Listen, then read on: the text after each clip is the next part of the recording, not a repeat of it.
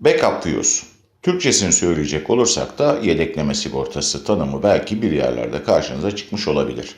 Nedir bu yedekleme sigortası? Bir elektrik tesisatındaki iletken ve akıma bağlı koruyucu tertibat devredeki alıcının akım değerine göre boyutlandırılır. Aşırı yük durumları çoğunlukla alıcı olarak elektrik motorları kullanılan devrelerde söz konusudur.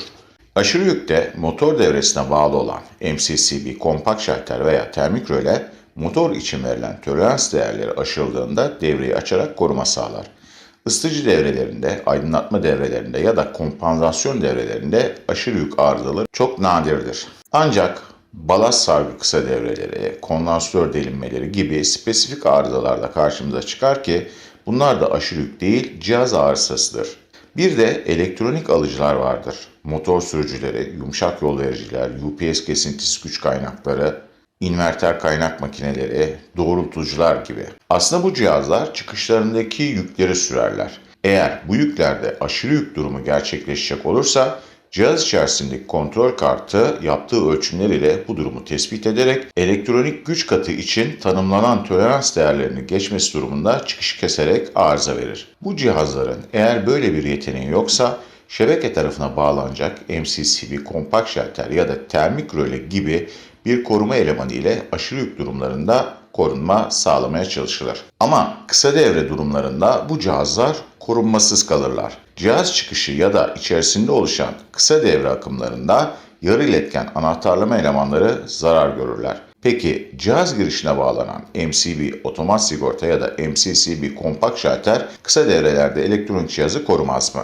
IEC standardı MCCB'ler için maksimum kısa devre açma zamanını 100 milisaniye verir. Bu zaman tipik olarak 5-10 milisaniye gibidir. Kısa bir zaman gibi gözükse de bazı durumlarda bu zaman yarı iletken anahtarlama elemanlarını korumada yetersiz kalır. Yani kısa devrelerde MCB veya MCCB'den daha hızlı bir koruma elemanına ihtiyaç duyarız. Bunun için eriyen telli, NH bıçaklı sigortalar kullanılır. Bu sigortaların açma karakteristikleri vardır. Yedekleme sigortası olarak AR tipi NH sigortalar kullanılır. Bu sigortaların özelliği kısa devre akımlarını çok hızlı kesmeleridir. Ayrıca NH sigortaların kesme kapasiteleri çok yüksektir. Yani büyük kısa devre akımlarını güvenli bir şekilde kesebilirler. AR tipi NH sigortalar aşırı yüklerde koruma sağlamazlar. Bu nedenle yedekleme sigortası ile birlikte bir MCB ya da MCCB kullanılmalıdır. Daha önce MCB'ler arasında seçiciliğin olmadığına dair bir video yayınlamıştım.